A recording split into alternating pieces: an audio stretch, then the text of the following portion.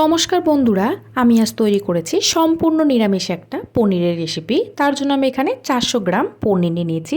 পনিরগুলো ছোট ছোট টুকরো করে নিয়েছি, আপনারা চাইলে বড় করেও কেটে নিতে পারবেন। এবারে এটা একটা সাইডে রেখে দেব। আমি এখানে একটা মশলা তৈরি করে নেব। তার জন্য মিক্সির বাটির মধ্যে কিছুটা পরিমাণে আদার টুকরো দিয়ে দেব, কাজু দিয়ে দেব 7 থেকে 8টা মতো, চারমগজ দিয়ে দেব 1 চা চামচ, কাঁচা লঙ্কা দিয়ে দেব 4 থেকে 5টা। আপনারা অবশ্যই ঝালটা বুঝে ব্যবহার করবেন। আমি এখানে দিয়ে দিয়েছি 1 চা চামচ মতো কাসুরি মেথি, সাথে দিয়ে দেব গোটা জিরে 1 চা চামচ, একটা মিডিয়াম সাইজের টমেটো দিয়ে দেব। এবারে এর মধ্যে সামান্য পরিমাণে জল দিয়ে নিয়ে মশলাটা খুব ভালো করে পেস্ট করে নিতে হবে। কড়াইতে দিয়ে দেব সাদা তেল, তেলটা ভালো করে গরম করে নিতে হবে। এইবারে কেটে রাখা পনিরের টুকরোগুলো দিয়ে দেব তেলের মধ্যে।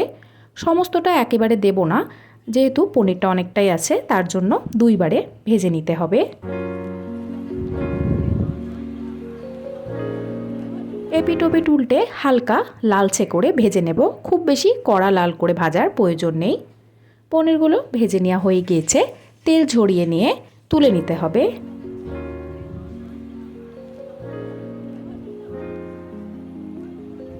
বাকি পনিরগুলো একে একে ভেজে নিতে হবে।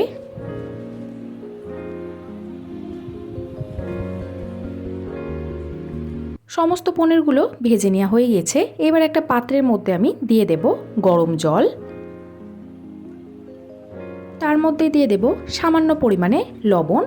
এবারে ভেজে রাখা পনিরের টুকরোগুলো এই জলের মধ্যে ভিজিয়ে রেখে দেব। এতে পনিরগুলো অনেকটা নরম হয়ে যাবে।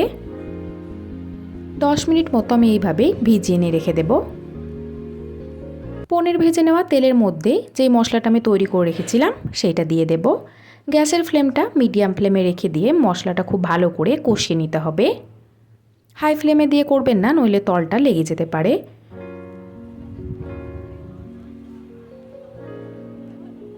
মশলাটা আমি প্রায় 5 মিনিট মতো এইভাবে কষিয়ে নিয়েছি, তেল ছেড়ে এসেছে। এই মুহূর্তে দিয়ে দেব পরিমাণ মতো লবণ, কাশ্মীরি লঙ্কার গুঁড়ো দিয়ে দেব 1 চা চামচ। আমি যেহেতু কাঁচা লঙ্কা বাটা ব্যবহার করেছি, তার জন্য শুকনো লঙ্কার গুঁড়োর ব্যবহার একদমই করিনি। সামান্য পরিমাণে চিনি দিয়ে নাড়াচাড়া করে মিশিয়ে নিতে হবে। আপনারা চাইলে হলুদ গুঁড়োরও ব্যবহার করতে পারবেন, তবে আমি এখানে ব্যবহার করিনি। এবারে সামান্য পরিমাণে বাটি ধুয়ে নেওয়া জল দিয়ে দেব। পনির ভেজানো জলটাই আমি এখানে ব্যবহার করেছি।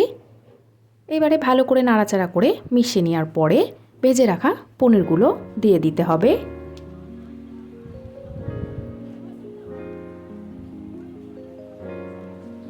পনিরের সাথে পনির ভেজানো জলটাও দিয়ে দেব প্রায় 2 হাতা মতো।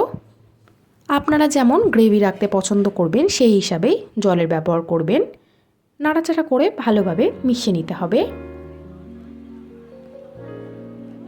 মিডিয়াম ফ্লেমে রেখে দিয়ে 5 মিনিট মতো ফুটিয়ে নেব। দিয়ে দেবো এর মধ্যে শাহি গরম মশলা গুঁড়ো 1/2 চা চামচ। আরও একবার নাড়াচাড়া করে মিশিয়ে নিতে হবে।